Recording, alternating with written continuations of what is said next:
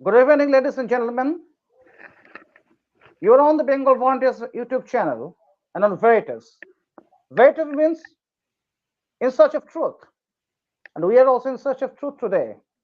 Since today we are going to concentrate on a very unusual subject, the subject that has not been referred ever in the history of West Bengal, the Indian state of West Bengal after its formation on 22nd June in 1947 till date. And we are concentrating on a very, very particular subject of sexual violence against Bengali Hindu women. From antiquity till date, in any catastrophe, or political calamity, or persecutions or massacres, women appear to be the worst lot. And the destiny of the Bengali Hindu women in all these years has not been any different. Whether it's Noakhali 1946, 1950s Borishal genocide, 1961 Pabna, 1964 East Pakistan genocide, 1979, 1980, 1981, 2001, and whatever it is. Not to speak of the Chuknogur and the other dreaded genocides of the Bengali Hindus, the women have suffered the worst.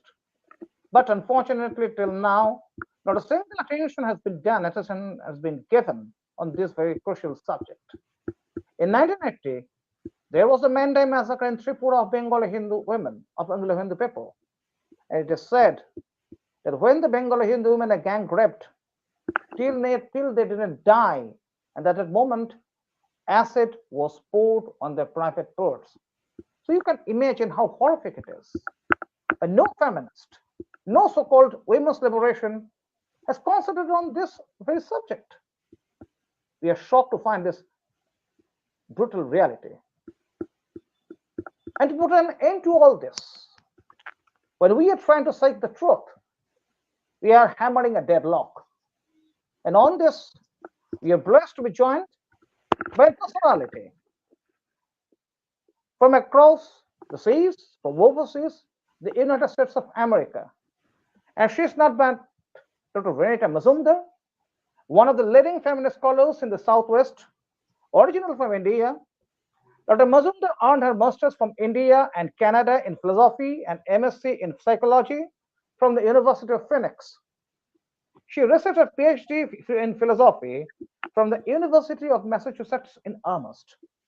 Currently, she is an instructor of philosophy and women and gender studies at the Central New Mexico Community College and an affiliate professor of women, gender, and sexuality studies at the University of New Mexico. She has published assorted books on feminism and gender theories, and her passion is poetry, art, music, and many other things. But certainly, it's a great occasion for us, we, the people, to have her in this crucial discussion. We'd like to invite, we'd like to join by Veritas Mazumdar just for a minute. We are here with her. Thank you, Dr. Veritas Mazumdar. Thank you very much for being with us at this moment. You have sleepless night. I'm sorry, you haven't slept till now. You are having a sleepless night today to join this program, and we are blessed to have you here. Now, Dr. Mazumdar, before going any further, I would like to know there has been a denial mode on the entire issue, the sexual violence against Bengali Hindu women, and not to speak of the Marxists. Even other so-called women's liberations or the feminist studies and the people in India have not focused on this, unlike Urvashi Butalia in Punjab, who had done a very good work in the other side of silence, focusing on the sexual violence against Hindu and Sikh women in Punjab during the partition. So why is this deadlock in Bengal? Can you please tell us why? What's the problem with this? Yes, that is my presentation, which I have formed a PowerPoint on that. Will be one of the major things later on in the presentation. But first of all, good morning to everyone, good evening to everyone, wherever you are, and thank you very much, Animitra, for inviting me to say this. I have been writing about this and researching. First, I have to do the research for the last, 7 years or so.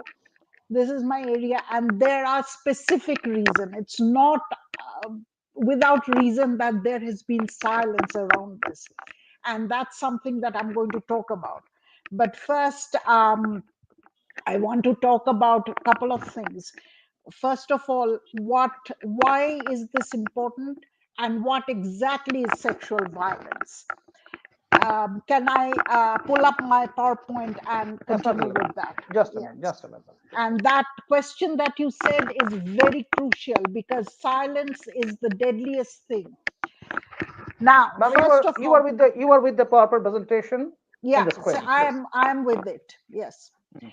First of all, whenever we talk about sexual violence on women, then it is a political violence. It's nothing but political violence. We have to see why it is important, because it's not just violence on women, it is a cultural violence.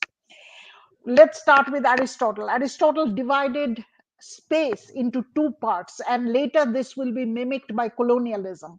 One is the polis, the place of free discussion where rational Greek males went.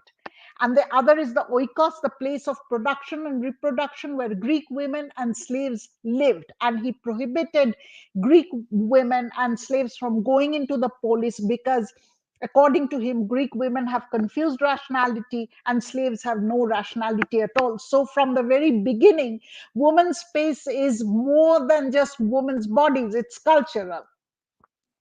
So we have to first see how woman is constructed within patriarchy and colonialism in order to understand why. Why is this the sexual violence on women as a political tool is what we are going to talk about.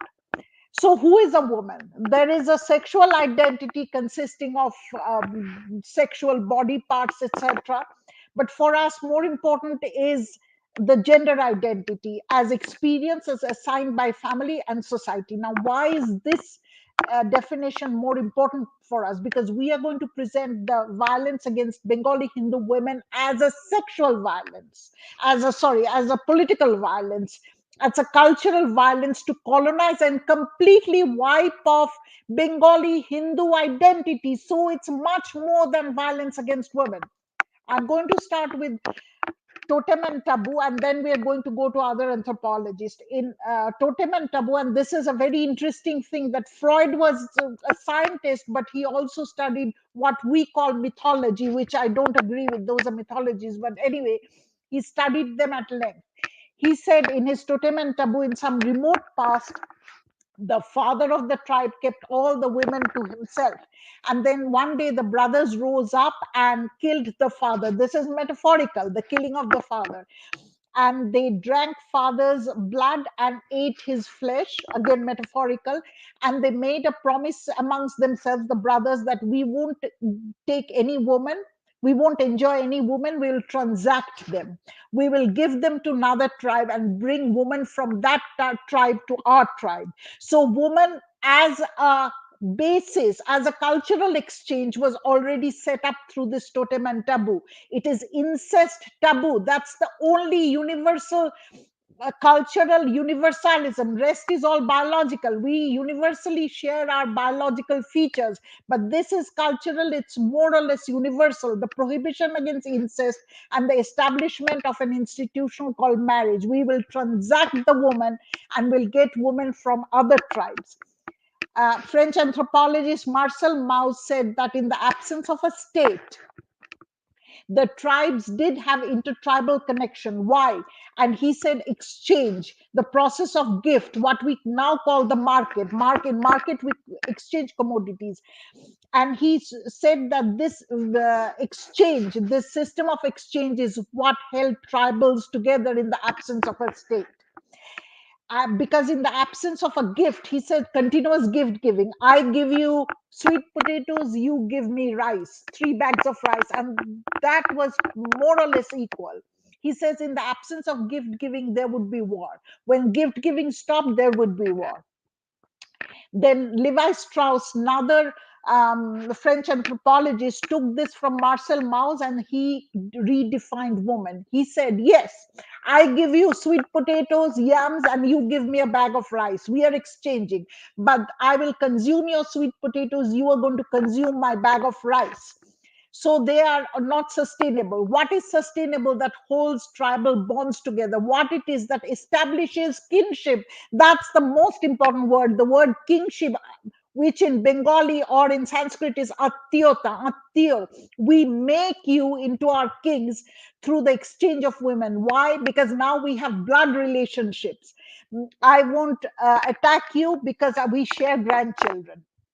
So he redefined woman as the commodity of universal exchange to produce kinship structure. So kinship is a cultural rewriting of the fundamental incestuous desires that human beings are born with, and that is what makes us human. In fact, Levi Strauss said we stepped from nature to culture when we started exchanging women. That is, marriage is the fundamental unit of society, the exchange of women.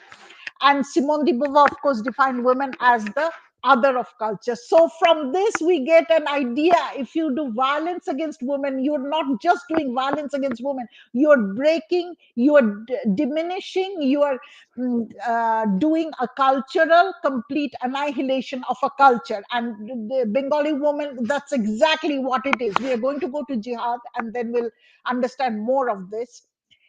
Now, with this, if I can go to the previous one, sorry, I missed this. Feminism as we know it started post French Revolution, when the monarchical state was destroyed, the theocratic state, and we brought in secularism. Now, what is secularism? Most people do not understand. They have errors understanding secularism.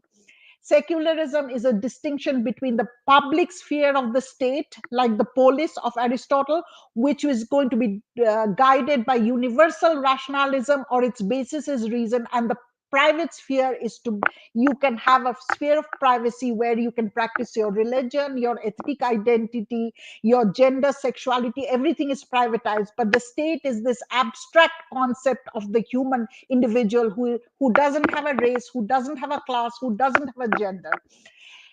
And this is the context in which liberal feminism sprung up in England and in Europe. For example, I'll give a prototype.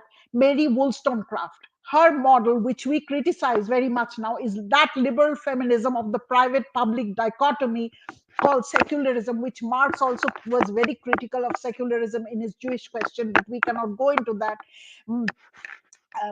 Mary Wollstonecraft's model, which is the liberal feminist model, is a patriarchal model. Why? Because it's assimilative.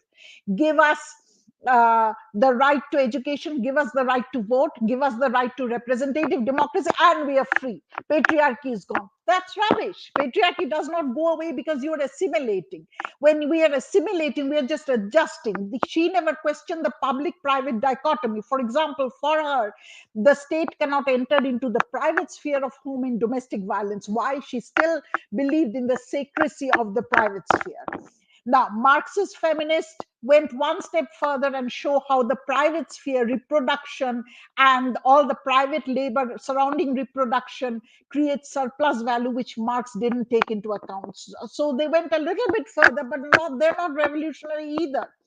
And then came radical feminism, who wanted to destroy the so-called biological family, the male sperm, the female womb, and the human child.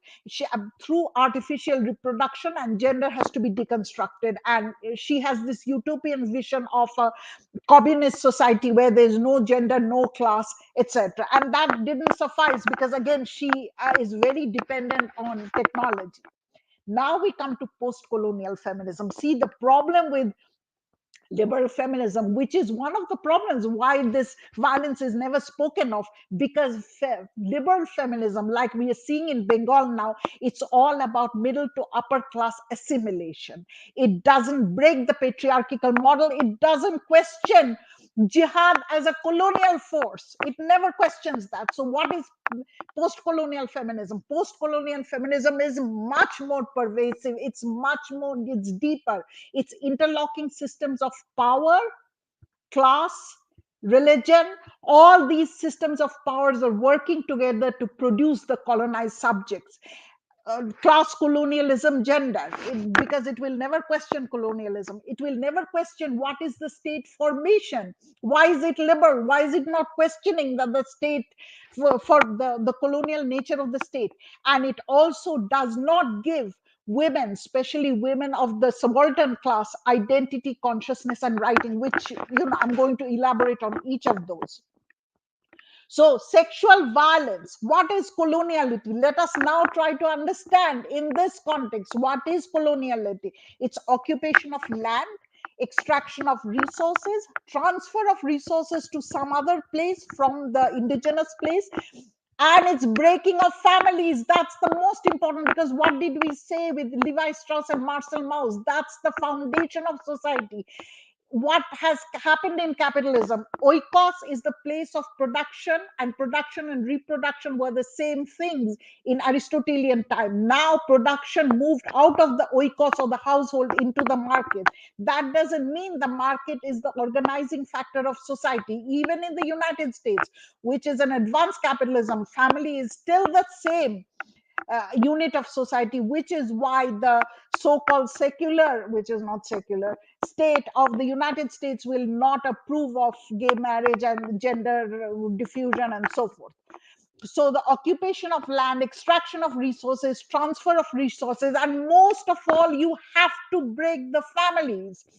The subject of coloniality is no longer the liberal subject, the assimilative feminism. I'm like a man, I can vote, I can be part of the wage labor, although it's low wages. I'll not say anything against capitalism. I will assimilate. That is your liberal feminism, which is exactly where Bengali middle class women are standing now. Apart from that, are other things. This is coloniality. Now let's come to what is sexual violence. Sexual violence is a system of power. And I'm quoting Catherine McKinnon, I'll critique her. It is a network of power. It's not just penetration, which is a patriarchal way of seeing rape and sexual violence. It's a network of power where masculinity of the colonial male, say the male from a foreign invader, is constructed and everyone else is feminized. It's a network of power system where they're shamed, their faith is shamed, their culture is shamed, their lands are shamed, their rituals are shamed, everything is shamed, so that you are in a perpetual system of what Foucault calls control. And it is the annihilation of family which is the basis of culture. Now let's see why the British were not as much into breakage of family, religion, and sexuality on sexual violence on women as the Islamic colonizer. Because when the British started colonizing different parts of the world, which included North America, Africa, Asia, etc., already we talked about Mary Wollstonecraft, but John Stuart Mill came up with liberalism. Whatever fault liberalism had, they made a separation, which is actually what we know as secularism, between the public sphere of the state, which is based on rationalism, and the private sphere of the family, religion, culture, etc. So they made that distinction between the market and the state. So their main interest, because again remember, the way secularism is, it's consistent with the emerging market, the capitalism, and so their main interest was extraction of material. They didn't want to mess up with all of this. Why? Because then their main aim, which is profit, extraction of market, will be messed up. So they kept the private public distinction. But when Spain, Portugal, and the Arabic colonization, especially my study of the Arabic colonization, especially in Africa, it is horrible. There was no public-private distinction. In other words, the states in all these places, whether it was Baghdad or Spain, they were theocratic states. So for them, the essence of colonization is that messing up of the private, what in secularism is called the private sphere, because there was no binary private public distinction. And how would they do it? They would do it by breaking the culture, which means breaking the family, violence on women, and most of all, changing the entire population. How so? First, let's try to understand jihad, which is a different kind of colonialism, because capitalism was still not the mainstream system as it was evolving in England in these places like in Baghdad and elsewhere where the colonialism started. I will quote Dr. Azuma, who is an expert on how jihad invaded into Africa. According to Dr. Azuma, there are different versions of jihad. There is no agreement on that Arabic verbal noun jihada, which means strain, exertion, endeavor, etc. Jihad mainly evolved out of intra-Muslim conflicts, and these are the important terms. Jihad bi al-nafs is the greater sinful inclination which you have to fight, which is within you. Jihad bi al-saf, which is jihad of the sword. Jihad al-qawl, which is the preaching, through preaching of the tongue. So there are three different versions of jihad. Bilad Sa'iban, ungoverned land. Now, I find this very interesting. It is almost like Hobbesian state of nature and then civil society. You set up a contract, which is a contract based theory. You come from the state of nature into civil society. See, Bilad Sa'iban, which I have studied in African context, I have to say my study of India is still happening. It's not that good. The ungoverned land is the state of nature. Why? Because there is no established Islam there, and the ungoverned land where Muslims live under non-Muslim rules, such as Muslims can be summoned to pay homage or there's a type, obey an lawful emir. If they refuse, a jihad can be waged against them if they refuse to pay the taxes or the homage. Who is a mujahideen reformer who appears at the end of each century to bring in the ungoverned land, which means non-Islamic land, into Islam. So Nask is abrogation. Classic Muslim thought has reconciled via conflicting texts from tolerant against non-Muslim to be non-tolerant. Fi sabil Allah, fighting in the service of Allah, because there is no state different from Allah. These are theocratic state. That's the only thing. Darul Islam, land of Islam, which is a governed, peaceful land because it's ruled by law. What is the law? The law as given by the Hadith and the Quran. Darul Harb, land of the ungoverned, unruly. So all these are very rationalized, but it's still not a secular, private, public, reason-based Hobbesian state. Dar al Sulk, the land of truce. Dar al Ard, the land of pact or covenant. Takfir, anathemizing fellow believer. Saif al Haq, sword of truth against the non-believers. First you preach, then you entice them, and then you ultimately use the sword. Muslims can live Darul Harb, which is the conscience of performing the hijrah in keeping with the prophetic example, Usa Khasana, to prepare for a military jihad. Ultimately, the jihad will happen, but for a while they can live in the ungoverned land.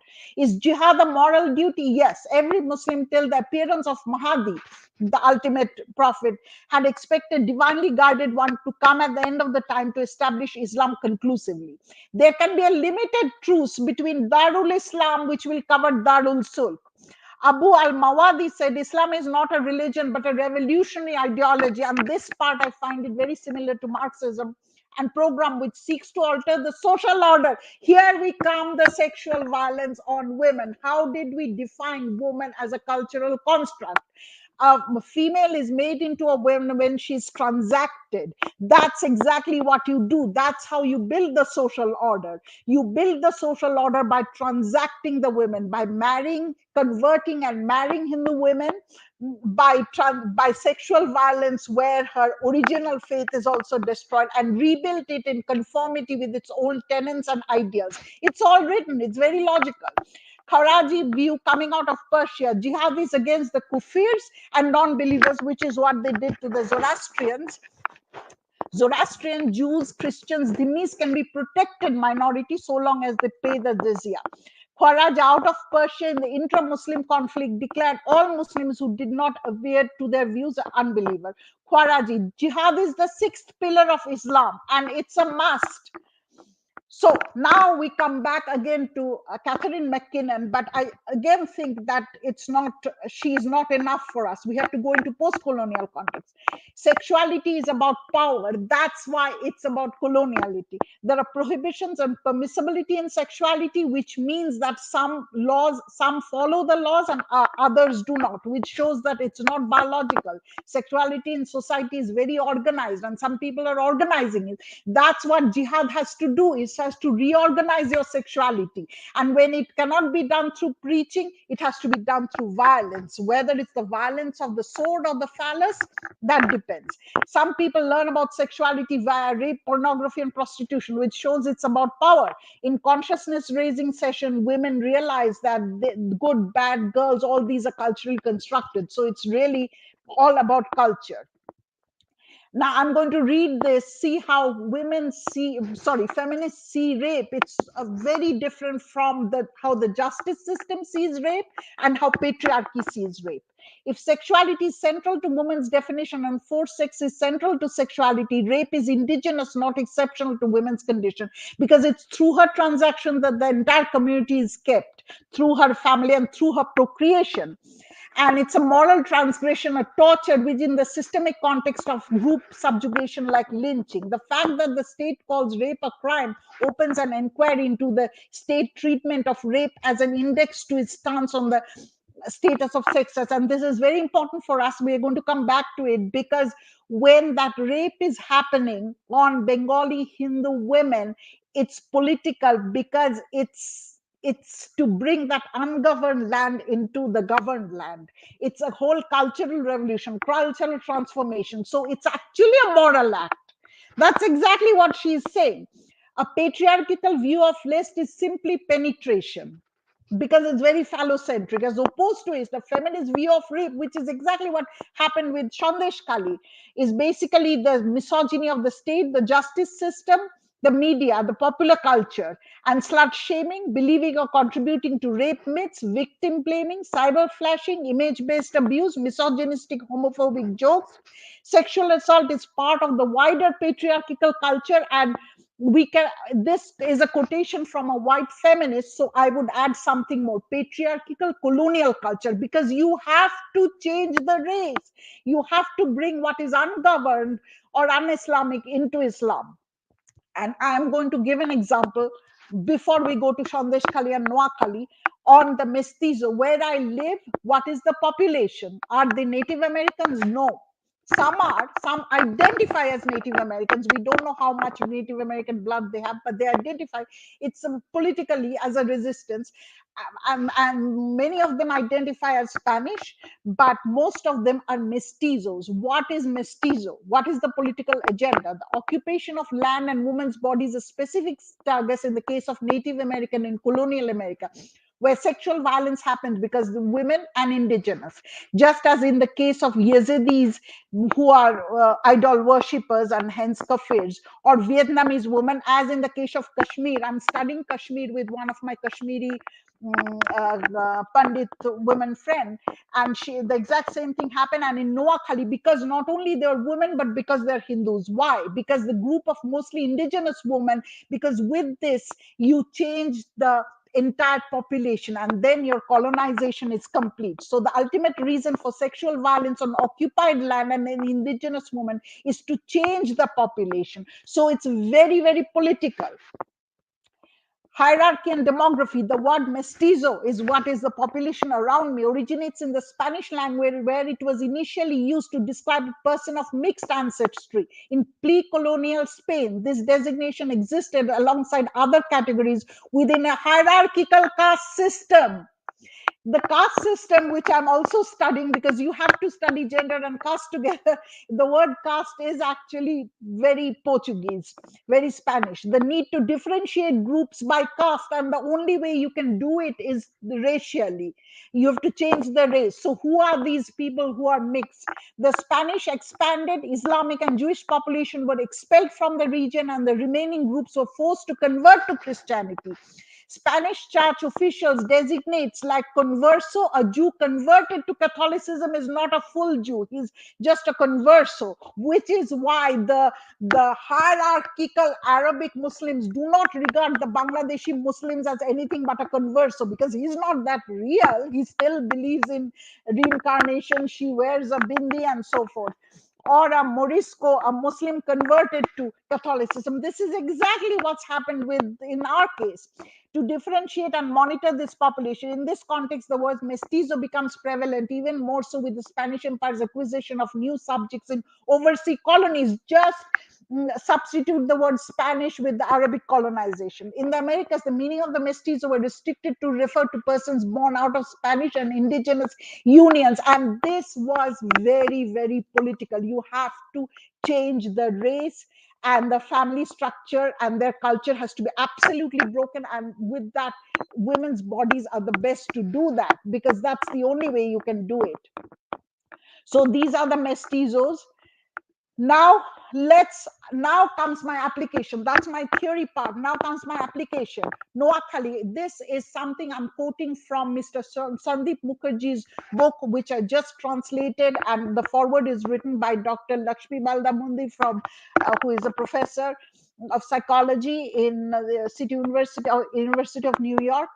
So, and I'm quoting now. Apply everything I said to this. One of the most severe problems of the attack on Hindus was the problem of abducted Hindu women. Why should they abduct Hindu women? Again, women as a commodity of transaction. So they cannot transact because she's still a Hindu. So abduct. This is how cultural change is happening. There are huge tortures on those we know from the testimony of the rescued girl. In the discussion, we see that no mention of how to rescue and rehabilitate this abducted girl. Why? Because they are no longer now part of my culture. They are gone. They're commodities who are spoiled. On January 15, 1946, there was a meeting with Gandhi, talked to the local Muslim leaders to return the looted stuff. This is exactly what the anthropologists are saying. She's a commodity to be transferred. Why? Because this transfer establishes the kinship. Now, slowly, you destroy the entire culture, because that part is slowly going to destroy. They're going to convert. But first, to abduct, you take loot. This is, and what did Levi Strauss say? Okay, I can give you potatoes, you can give me a bag of rice. That's a transaction that establishes a connection.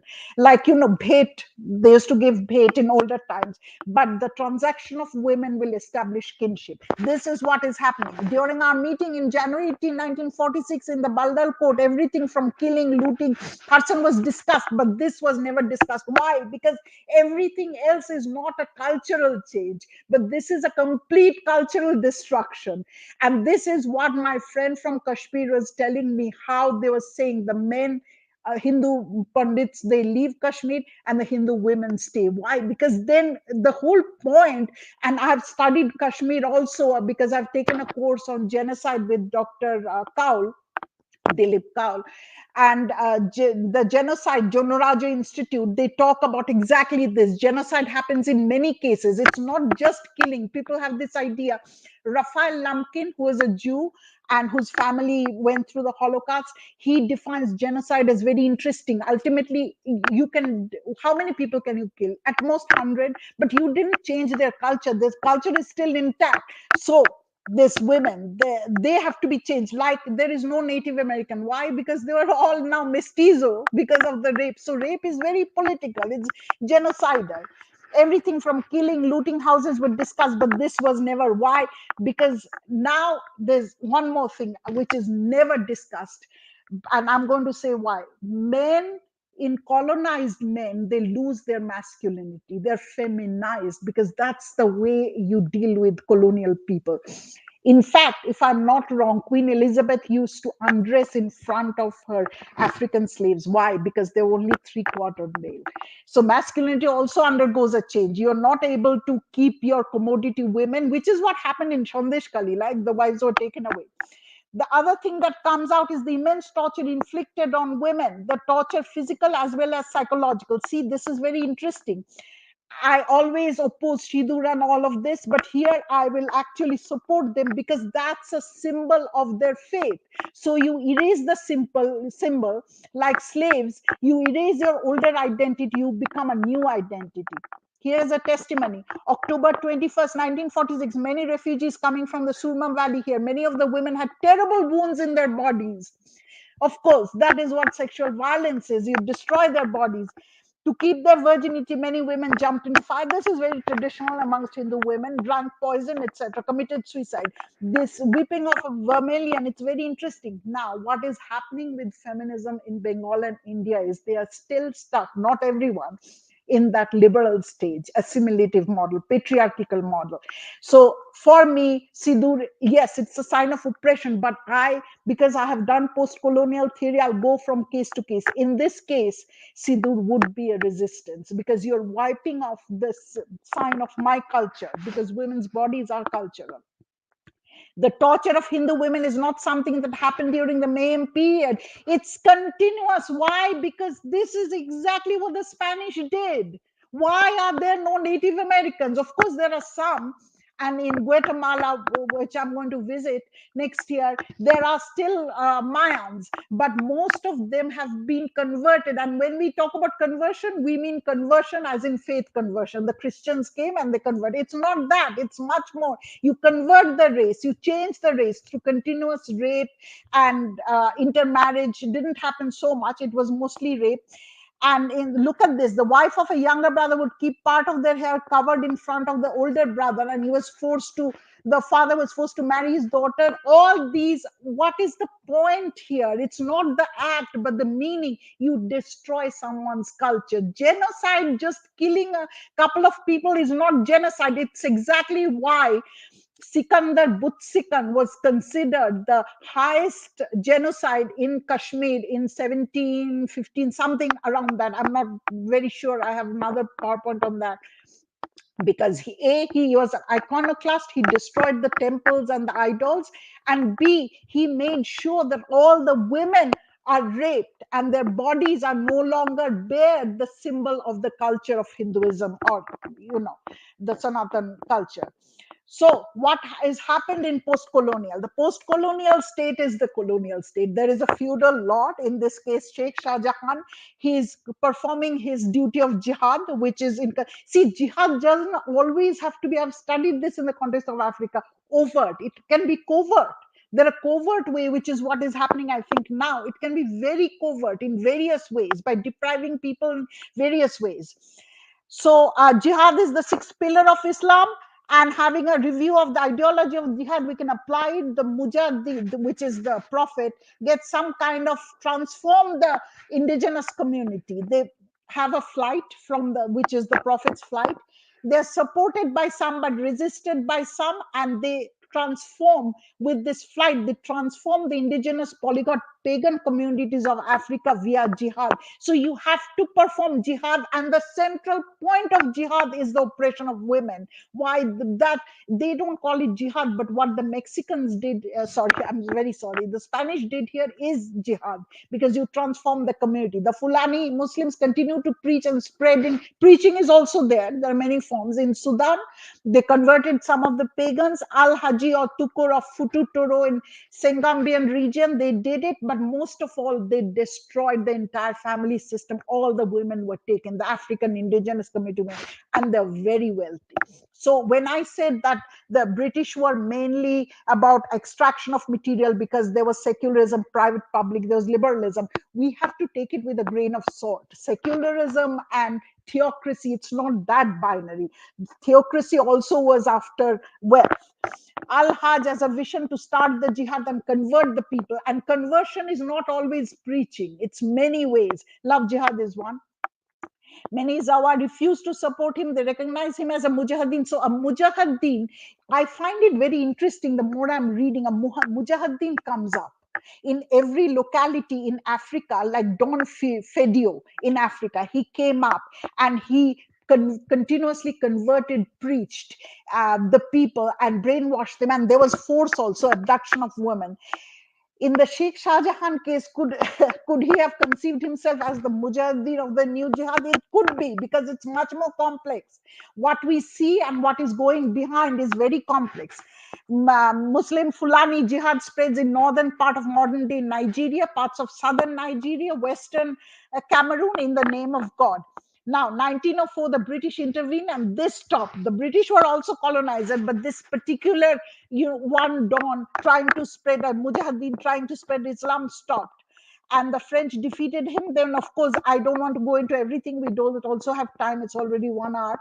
Some Muslim traded communities supported him, and the French colonizers, the European colonizers came in and they stopped this. So the Muslims actually, the Islamic invasion of Africa actually lost, like in India, to the British colonizer.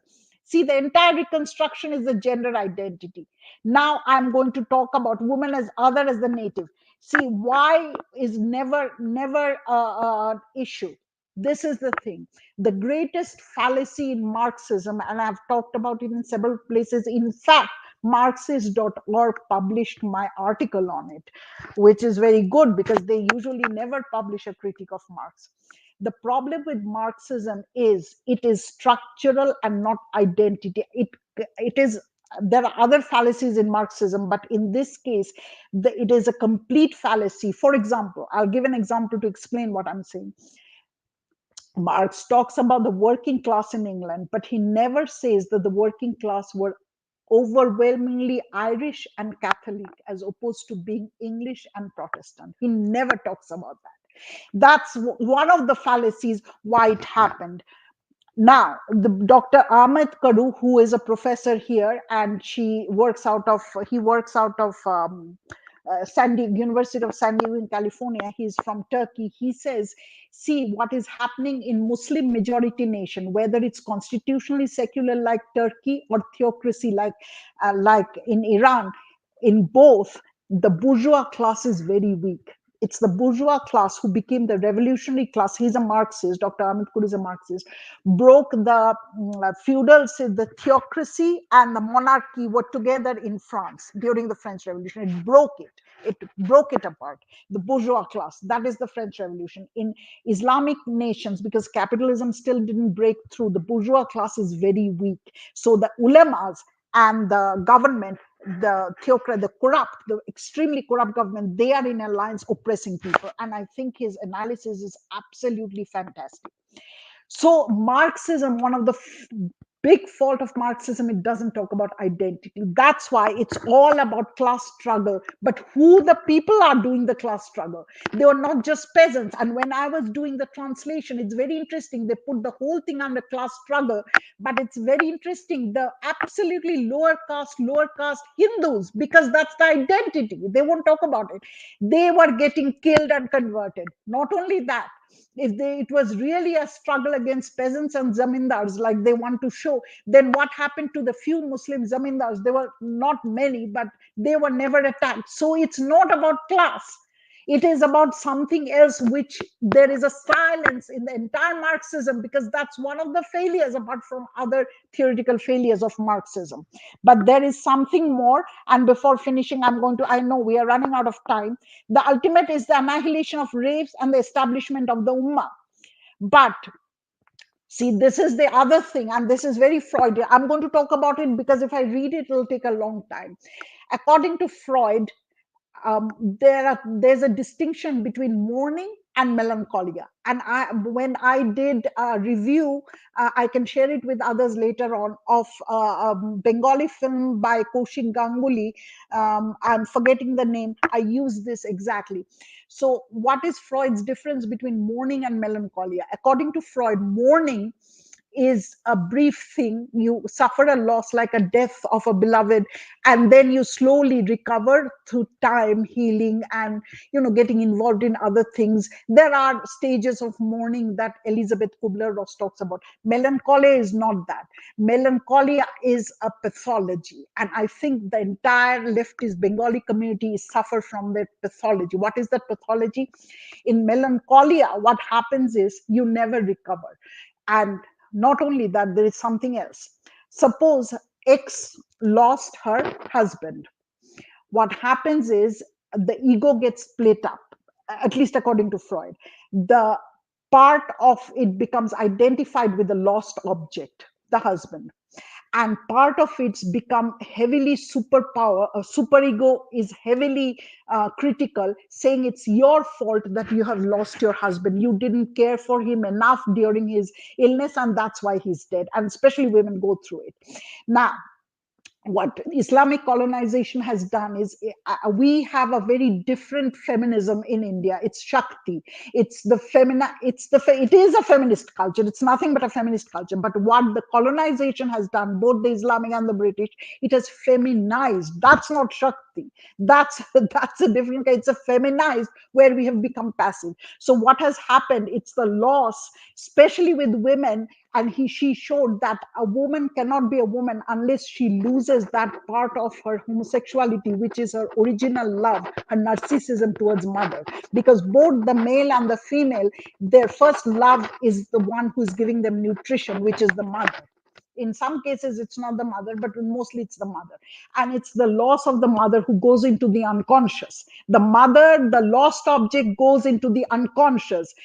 For a boy, he substitutes, because whenever we lose something psychologically, we substitute our loss with something else. So he substitutes it with his phallus. I have the phallus, but I lost the mother, but nothing goes away in Freud. So the loss of the mother, which is actually the phallic mother, that's what Shakti is. Freud was highly also read in Eastern philosophy. It goes into the unconscious. With a woman, she doesn't have the phallus. So her loss, what she does is she becomes exactly what's happening with Bengali Hindus. It becomes a critical part that I have lost my mother, in this case, a motherland. Our land is lost, and I become critical of myself. And Dr. Choti Dastidar, who wrote about the Bengali Hindu Holocaust, he says that it's actually that energy, that loss, that sadness was displayed into the Naxalbari movement through the violence. Because if you suppress violence, it has to come out in some other way. And so it becomes critical because there is a split. Not only that, here now comes the silence part. Ma'am, just a minute. Can you please refer to the Naxalite movement episode just now? Yes, certainly. Sorry, আমি এত তাড়াতাড়ি করছি because of the time constraint. Ma'am, we have no concept of time. You can go on with it, but I would like to know of the Naxalite movement. Yeah. So what happens with, let me start with again with Freud. In melancholy is a complex. What happens is S loses Y, her most favorite, which is what happens to all of us when we separate from mother, because we are in mother's womb, but we separate. And we know we can never go back. What happens to the male is he gets a mother substitute. Why? Because he has the phallus. He won't get mother back, but in intercourse and coitus, he will get back somewhat, he will get back to the womb. And it's a very complex thing. I'm not going to go into that, because then I have to do Helen Deutsch and Joan Rivera and psychoanalytic theory. I'm not so, but all of you got the idea. For the little girl, she lost her primary love. For both the boy and the girl, the primary love is the mother. It's not the mother, physical mother, but the phallic mother, which is represented in our goddesses and the Greek goddesses.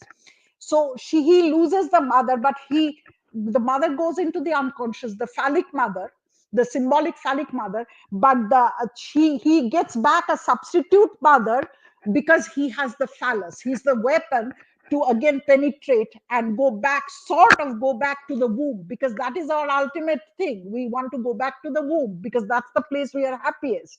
We have no cares. We are getting fed by the tube and everything. For the little girl, according to Freud, this is, see, the boy and the girl, the gender identity develops under castration complex. He's scared that he'll be castrated by father because he's desiring mother. So he gives up mother, phallic mother, who goes into the unconscious, and he later gets a mother substitute because he has the phallus. Now, the little girl, doesn't have a phallus. In Freud, the little girl thinks that she's already castrated. So in Freud, there is no such thing as a male and a female. It's a male and a non-male, a castrated male. So she can never get back her primary love, which is mother. Her narcissism is doubly hurt. She doesn't have the phallus. She cannot get back her mother. unless even if she's bisexual, she's lesbian, she cannot get back the mother because she doesn't have the phallus, she cannot penetrate. So what happens is she suffers double loss, and she has an open, she realizes that her sexual organ is the vagina, which bleeds every month. It is an open wound. That's what our borders is. It is going to remind us continuously, you lost your mother, your motherland. Open wound, Lucy Dickery talks about it, it's continuously bleeding now. So the male is already feminized by the colonial masters, and his he doesn't have the open wound like the woman, but he also have the open wound because now he's feminized. He has lost the primary narcissism, his motherland, it's partitioned, it's gone away, and his energy is all stacked up. And I was trying to find an answer within Freud. When something is stacked up, we displace it, because energy in Freud is, he's very much into Shanko and all of this, it transforms. So that whole energy, the violence had to come up. It couldn't come up to the colonizers because he's feminized there, he's helpless, his women are taken away, his land is taken away, his property is taken away, he's humiliated, he's converted, he's feminized, there's nothing he can do. So what he does is he displaces that energy, and that's the violence that Dr. Dosida explained it to me when I was looking for this, and he's absolutely, I think, right. This is the displacement, reaction formation, Freudian defenses. Anna Freud also talked about defenses that he puts through creating violence in what he can do violence in, his own nation that he has got after all this, because he's kicked out, he can only do violence there. This is a displacement. So the energy didn't go away, it's just displaced through that nutshelled violence into the system, the state, his father, rather his father. He lost his mother. That's the Oedipus complex of the male. I desire mother, but father will castrate me if I desire mother. So I give up my initial primary love, my mother, whom I can never go back to because father will kill me. He couldn't do it to the colonial master. He's feminized, he's castrated. Remember, again, castration has to be taken. Freud is not that literal. We have to take him metaphorically. He's castrated. Why? His land is taken away. His faith is, all the idols are destroyed. Your temple, your cultural idols are destroyed. Your women are taken away. You're feminized. He's castrated symbolically. He's thrown out, which is also castration. He's a refugee. He has to displace that anger. So where does he displace it? The father, that is the father substitute his own state. So that's a displaced anger. Am I making sense? Absolutely, ma'am. It's an exemplary analysis. Exemplary analysis. Exemplary. This is the trauma of the phallocentric language. What is the trauma? Again, according to Freud, and this is more feminist than Freud. I'm sorry, I said Freud.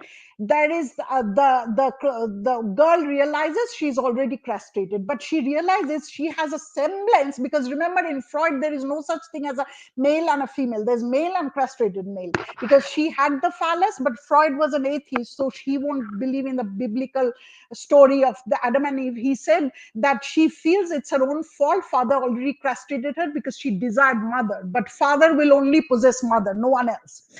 So she's already castrated, but she realizes there is another little hole from which bleeds every month. And that's her open wound, which is exactly the border, because it's the what happened to PTSD, post-traumatic stress syndrome. Post-traumatic stress syndrome, you have the flashback, the memory keeps coming and coming till you are healed. And that memory keeps coming and coming, and overlaying it is this whole violence towards this state, because there's nothing you can do about your open wound. The little girl can never do nothing about her wound and the monthly periods that she goes through. It's painful, it hurts, it hurt all her bodies. We know how terrible monthly periods are, but she has to take it with the hope that one day she will get a phallus from father. What is, according to Freud, the phallus of the woman? This is Freudian, not feminist. The baby is the woman's phallus.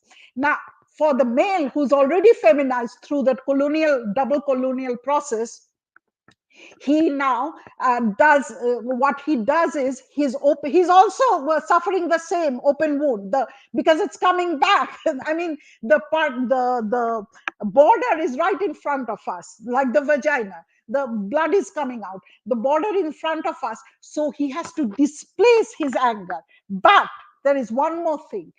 This is such a loss that it cannot be represented in phallocentric language, because the language by this time these men have understood is class struggle, oppression of the bourgeoisie, the revolution of the proletariat, the unity of the working class. These all will hide identities. That's the language they know. But the real language, the real suffering, which is the existential suffering, the language of identity, they will never speak about. This is the silence, because trauma, the only way you can recover through trauma is through speaking, through representing it, to talking about it.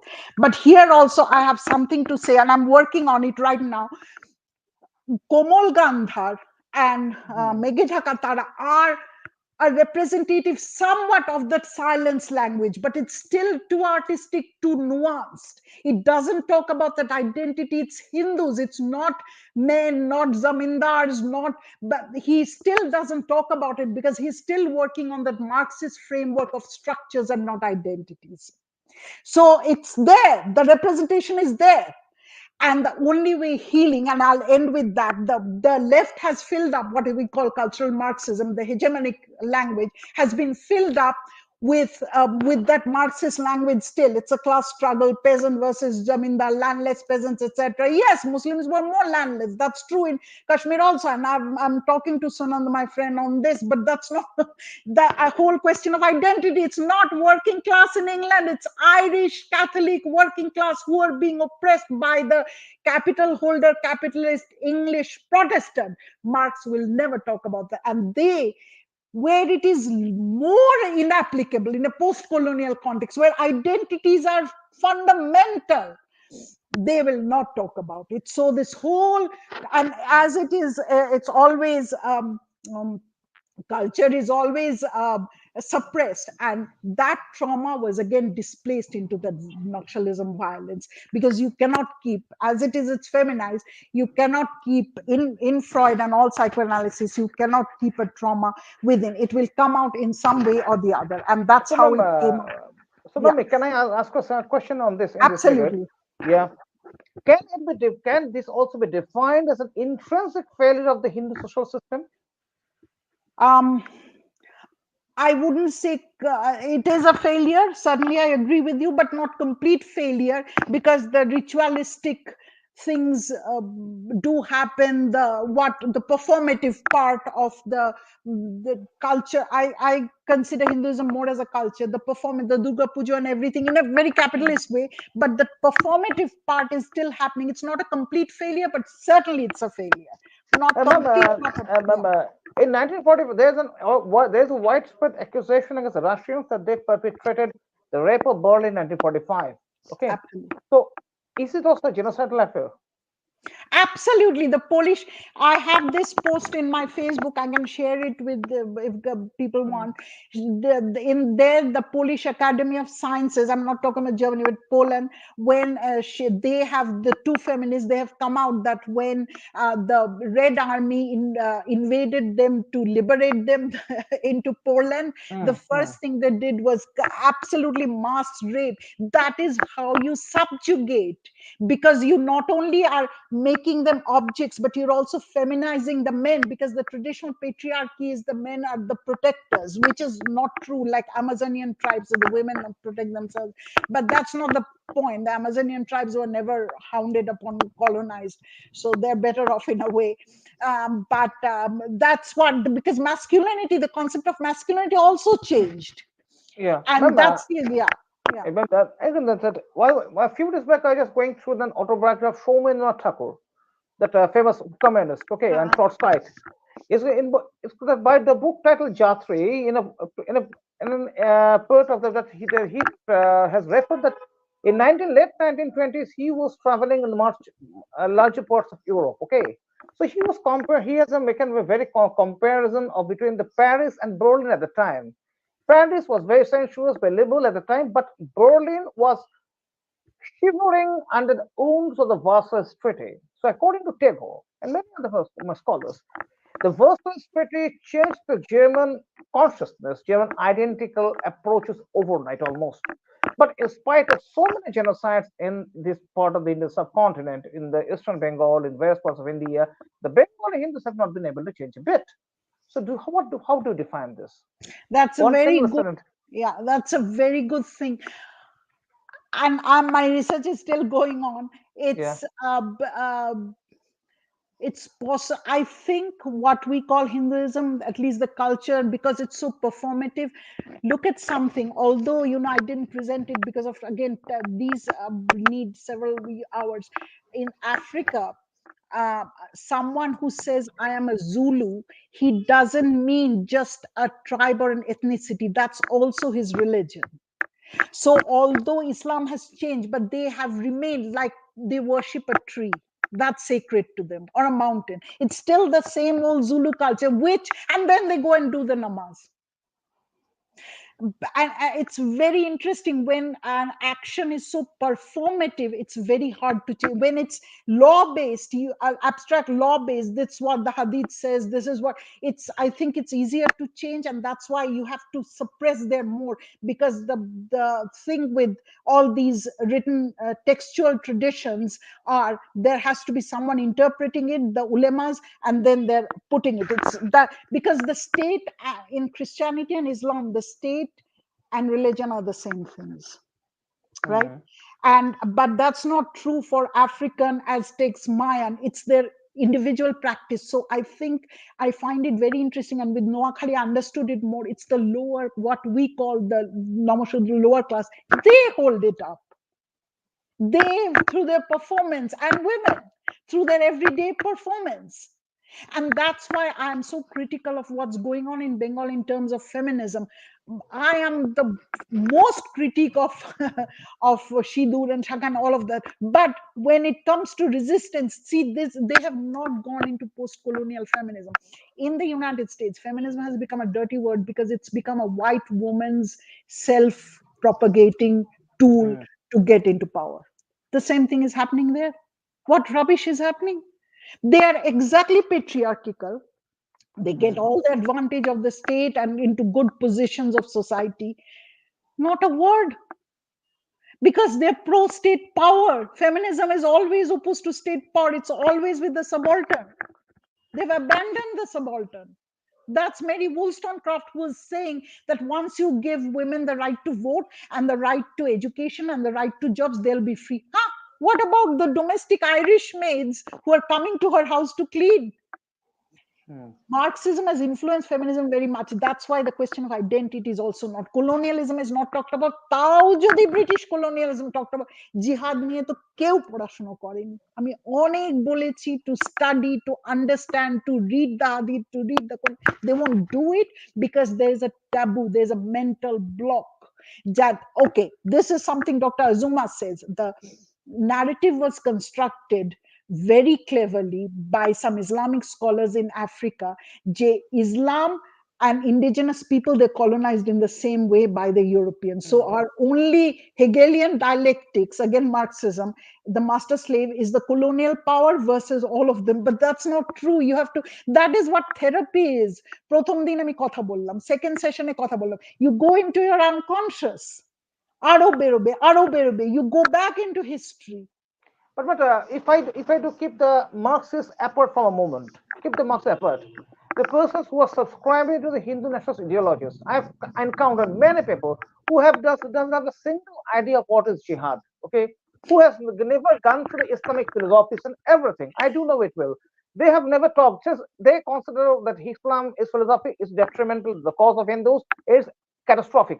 But Islamic principles is also have a socio-economic analysis, the It's a political very, views and everything. it's philosophy, and Yeah, Baghdad was the center of art and culture.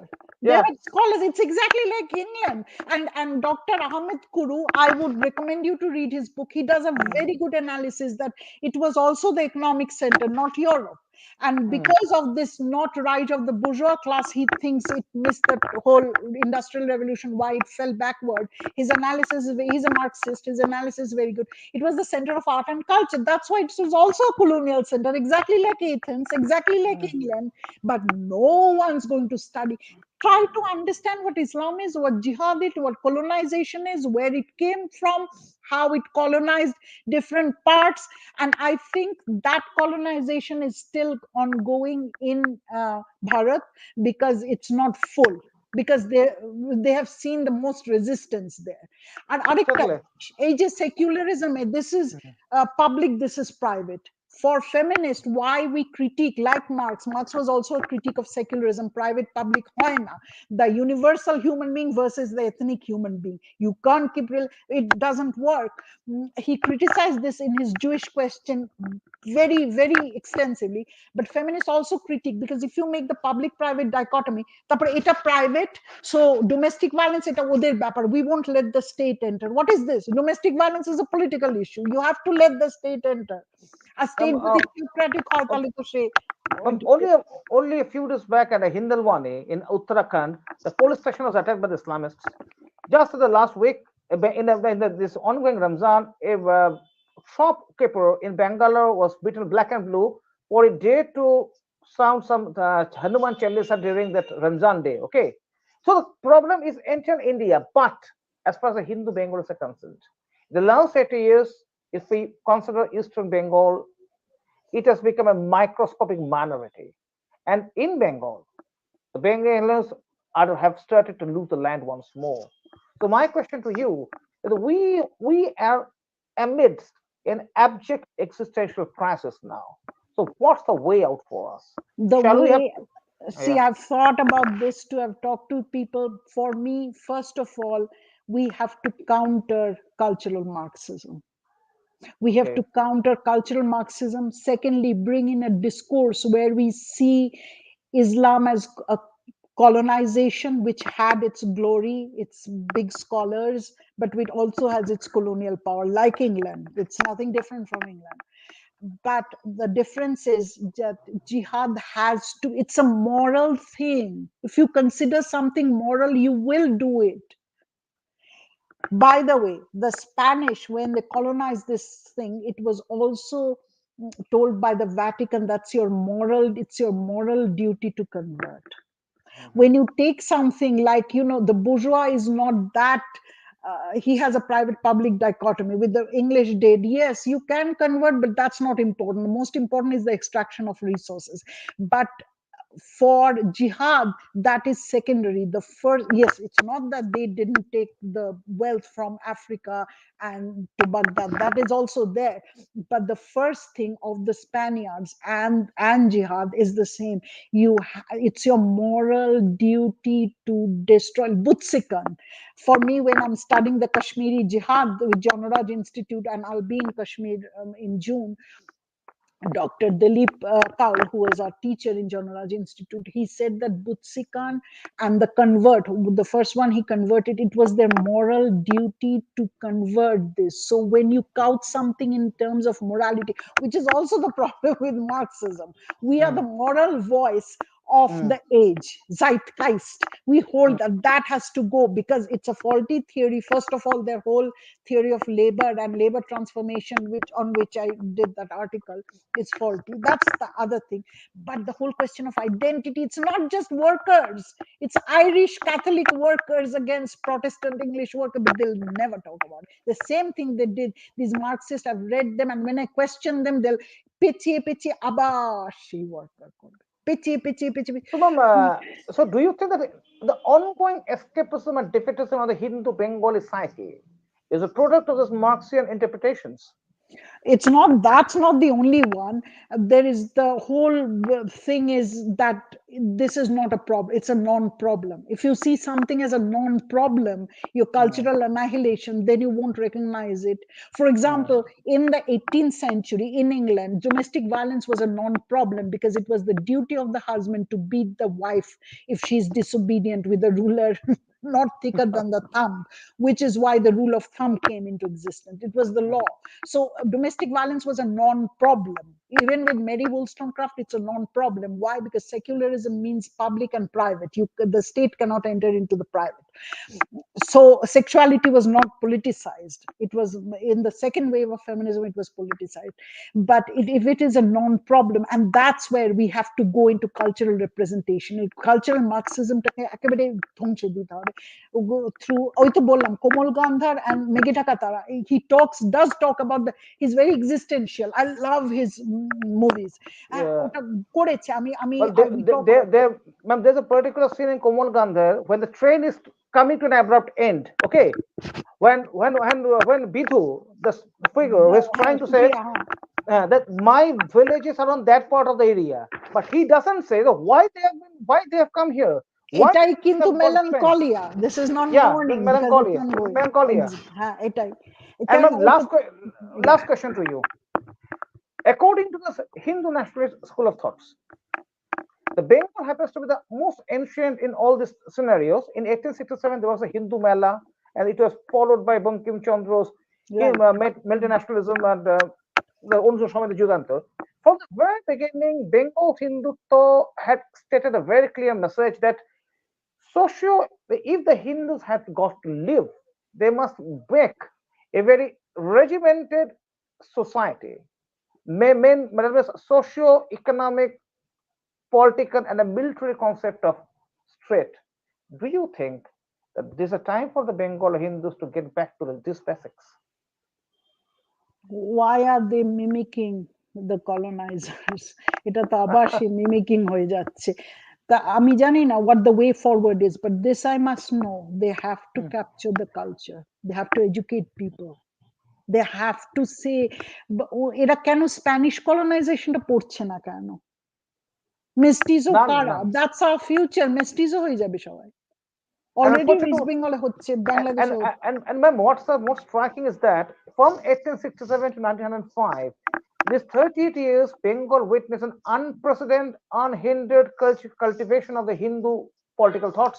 They go back to the basics. That's called a production of this Bengal Renaissance of the 19th century. But unfortunately, if I am to speak, is that even at the time there were speakers, there were writers who referred to the Spanish Reconquista.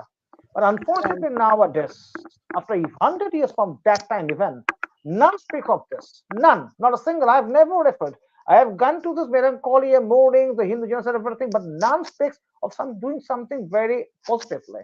In a positive approach. So how did the Spanish experiments at the time? None speaks of it. Change the entire demography, the race. You break the culture. ওটাই private করলে. So আমার মনে হয় the only way I can say is talk about it, educate about it, and educate in their terms, not top down. ওরকম করলে হয় না. And people have to know about Islam. They have to read about Islam. They have to read about jihad. They have to read about both the scholars, like Dr. Ahmed Kuru is talking about how slowly there are 3 prongs of jihad.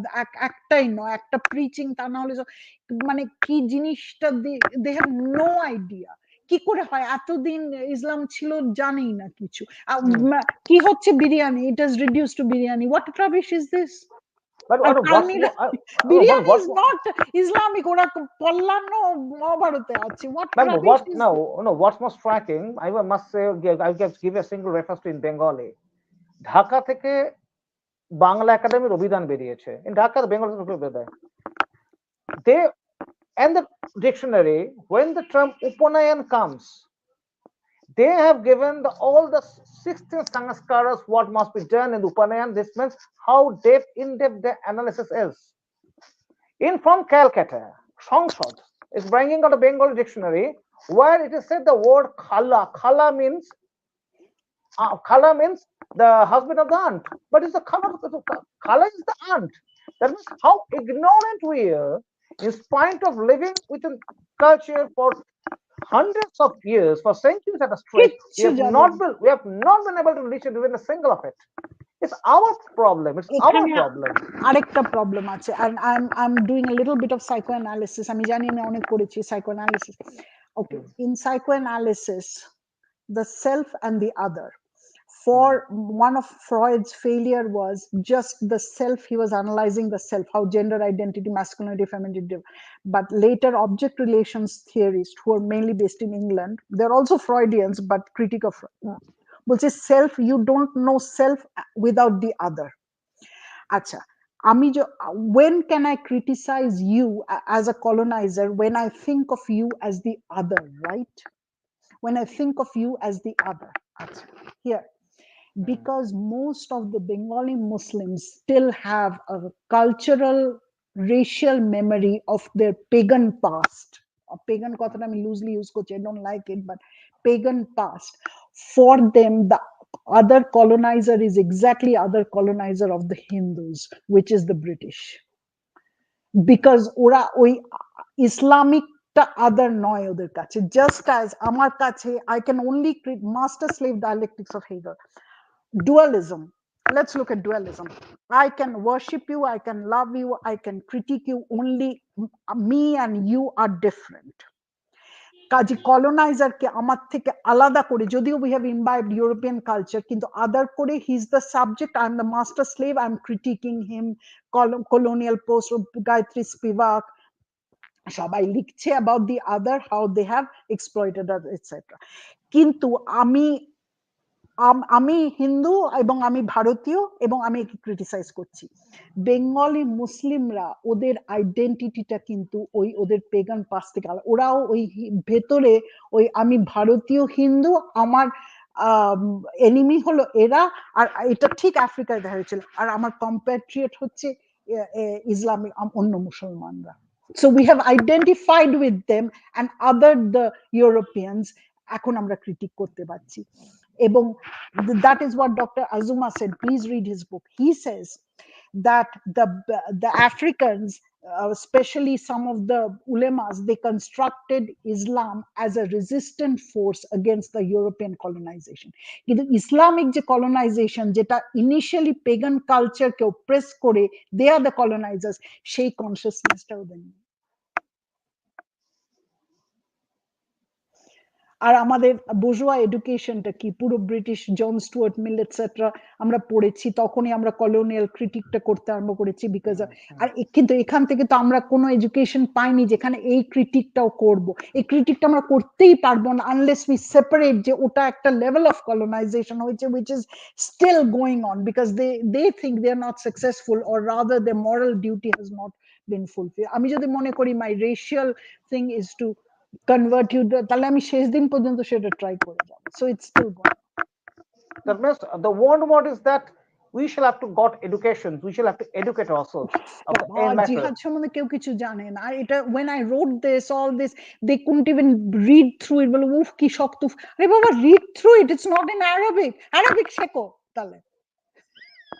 Arabic, ইংরেজি শিখেছে, আরবি, why can't you learn Arabic? আমাদের court ইয়েগুলো তো সব পার্সিয়ানে ছিল। রামমোহন রায় কিন্তু জানতেন, উনি ক্রিটিক করেনি, কারণ ওরা সেই সেলফ এন্ড আদার, উনি সেই কলোনিয়াল সেলফ এন্ড আদারই করছিলেন।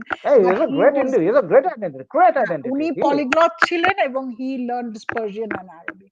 এটা কেউ জানেই না। Baghdad was a centre of art and culture, সেটাও কেউ জানে না। একটু এই কি অদ্ভুত হয়েছে, কিচ্ছু জানে না। কিছু বললেই বলবে ইসলামোফোবিক। বাপরে বাপ, কিচ্ছু জানে না। Education and cultural, ওই তো বললাম, the only person probably Ritik Ghatak did a little of that partition, কিন্তু সেটাও এত nuanced, কিন্তু আইডেন্টিটিটা করেন। The last question to you, what's the problem with the Hindu psyche? What's the problem? How to define this? ভীষণ masochistic, কারণ আমাদের পুরো কালচারটাই is a feminist culture. Because if you read, see Tantra, people don't know about Tantra. হ্যাঁ, ওরা শুধু ওই বেদিক তন্ত্রের সঙ্গে কোনো তফাৎ নেই, but it's a non Vedic thing. আমাদের পুরো কালচারটাই কিন্তু is a feminist culture, and that ওই একদম ওই ম্যাসোকিস্টিক ওইটাই থাকবে। But it's fine if everyone else is masochistic, but others are sadist. Masochist করে সেডিস্টের সঙ্গে কাজ করবে। It's again that male feminized করেছে, not in the Shakti sense, feminized করেছে colonial. So there's the only women. who are masochistic because the mother is essentially masochistic. See, the Deutscher একটা আচ্ছা এটা আবার আমি বলিনি আমি কারণ তখন অন্য কথা হচ্ছে with the Noakhali movement. See, the melancholy কি হয়, it is a complex for Freud. They go through periods of bipolar, যেটা bipolar disorder হয়, manic depressive. So ওটা manic phase আমি ভেঙে দিলাম বুর্জোয়া কালচার ভেঙে আবার ডিপ্রেসিভ ফেজে চলে যায়, আবার ম্যানিক ফেজে আসে, আবার ডিপ্রেসিভ ফেজে চলে যায়। এটা কন্টিনিউয়াসলি করতে থাকে because it's a malady. The entire culture is মানে একটা ডিসঅর্ডার, একটা ম্যালোডিতে ভুগছে। আর এর ডায়াগনোসিস দরকার one, and then cure, healing. আর কিওর কথাটা আই ডোন্ট লাইক, হিলিং। হিলিংটা অনলি হতে পারে যদি আমরা কথা বলি। উই হ্যাভ কোটা নোয়াখালী নিয়ে একটা সিনেমা দেখিনি, পার্টিশন নিউজ কোনো কিছু বই কিছু আছে, বাট এটা তো একটা কালচারাল রেভলিউশন তো হচ্ছে না। and that's the only cure. Healing, that is a whole healing therapy তো about talking and healing and sharing and right. একটা এক্সিবিশন দেখিনি where there's art along this. আমার বইয়ের, সন্দীপের বইয়ের কাভারটা, it's a very good cover, but it's done by a white woman who understood the problems of the refugees and what happened to her ethno everything. She chose it, and when she showed it to me I said go ahead, do it. তো ও বুঝতে পারছে, আমরা বুঝতে পারছি না। Even the persons who had spoken of, so I was just going through a book of Shomor Kuho, is a very আমার well-known মা man, one মামা, time. হ্যাঁ আমার দাদু, Okay, হ্যাঁ। yeah, the PDF is on my tab, at my in my desktop. Just a minute. Uh, it's a very rare book. It got very, the non-Muslims behind the curtain of East Pakistan. It was written on 1948 and 50. Since in 1948, the provost of Dhaka University, Sir Prisi Chakraborty, was arrested by the Muslim League government on a flimsy ground, and that led to the escape of the Hindu teaching section by and large from the entire West Pakistan. So he, after no, after such a Bushman genocide, he has given an analogy of how many Hindus are there before 1950 and how many are there. And unfortunately, these books that have been written even a few years back are not no longer published. They have no market at this moment. And unfortunately, I must admit to the point that the Hindu nationalism, as far as the academic scenario is concerned, is very, very depressing. Acha, this is another thing. I think why the intellectuals in Bangladesh don't speak out is because they have also identified. See, এটাই আফ্রিকাতে হয়েছে। They, for them, the indigenous population and the Islamic, converted Islamic ones, they consider themselves as the victims of European colonization, with self and the other. So you can only criticize that and nothing else, because they are the part of resistance. Islam Okay. is a part of resistance. If it's not Marxism, then it's Islam. One is the poripurak of the other. It's almost like a placeholder. But ma'am, how have they succeeded to make this? How have they succeeded? Mike, how have they succeeded to make this as a part of resistance? অনেক So, বেশি organized. They're much more organized. See, yeah. in New York last week, একটা মানে আমি দেখে I didn't know. I hope I don't go into depression after this. একজন poster দিয়েছে, rape is resistance, so Israel shut up.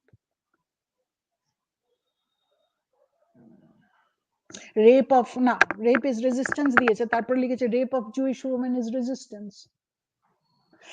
If we go through Anwar, ওই যে ওর নাম কি, আমি এক্ষুনি ট্রান্সলেট বইটা বেরোলে আমি ভুলে গেলাম, গোলাম Sarwar, the person who was throwing all the hate speech before the Noakhali happened. Golam Sarwar and Kazem Ali, two persons. ওরা কিন্তু, if you read superficially, if you read in between the lines, ওরা কিন্তু বলছে যে the rape of Hindu women is your resistance against the oppression that they do to us. Yeah, certainly. And what have the so leftism or Islamism kintu in a way it's same, because both are considered resistance against hegemony. Exactly. If you just read the pamphlets of made by Mayor Usman prior to the direct action in 1946, it's also said that it's a month of Ramzan, so we can do everything from rapes to destructions to everything, and everything is a pious job for us. আর ওই যে women's body, ওটা তো cultural, এটা আরেকটা হয়েছে ফেমিনিজমের। উফ বাবা, কথা বলছি আমি অনেক বোঝাতে চেষ্টা করলাম। women study শুধু না, it's a whole cultural thing. It encompasses everything: economy, family, psychology. কি জানি না কি পড়ানো হচ্ছে যাদবপুরে বা কি পড়ানো হচ্ছে আমি জানি না, আই ডোন্ট নো। আর Jadavpur has become has become a বাজে হয়েছে। University. একজন ওই যে Hindu, being a Hindu in Bangladesh লিখেছে, ও he told me he is from Jadavpur, he Deep Haldar, Deep Haldar. হ্যাঁ, ও খুব চেষ্টা করেছিল ওর পিএইচডি থিসিসে লিখতে, ওর অ্যাডভাইসার সেই ভদ্রমহিলা ওকে ভীষণ বকাবকি করেছে, so he couldn't write, but then he came up with the book which is good. ও ডেজার্টেশনও লিখতে পারেনি। ওইটাই তো যে we are part of the sea, এটা পোস্ট মডার্নিজম এটা ডিকনস্ট্রাক্ট করেছে the victim. This is very interesting. আমি এখন এত কথা বলা in the morning phase when A and B, so they're lovers or whatever, so B is dead, so A is in mourning.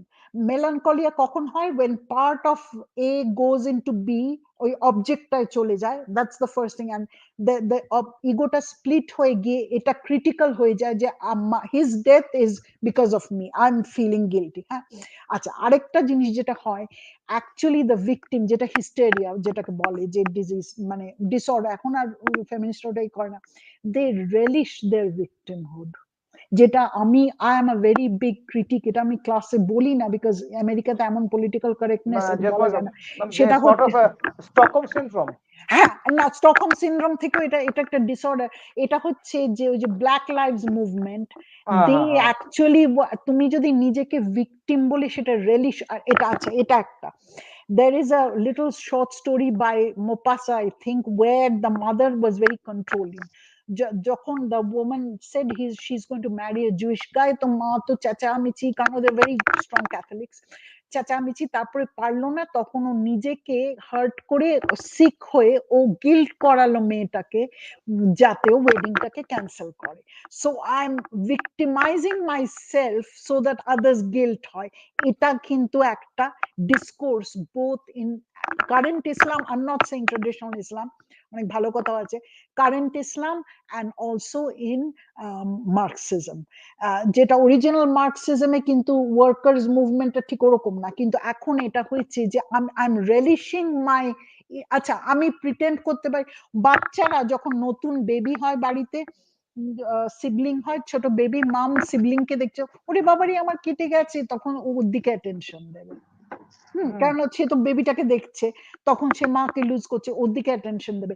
এই narcissism যখন heart হয়, তখন এই ভিকটিমটাকে রিলিশহুড করছে।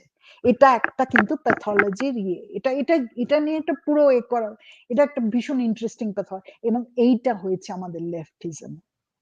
আর ফেমিনিস্ট থিওরি যে কি পড়ানো হচ্ছে, আই হ্যাভ নো আইডিয়া, মানে কিছু নেই, কিছু না। আর ইরানে যে মুভমেন্টটা হচ্ছে ইজ ভেরি ডিফারেন্ট, ওটা জিহাদের মুভমেন্ট, ওই কিছু না, সো ওটা কিছু একটা বুঝতেই পারছে না এরা, বাট কি করব, আর there is nothing I can do.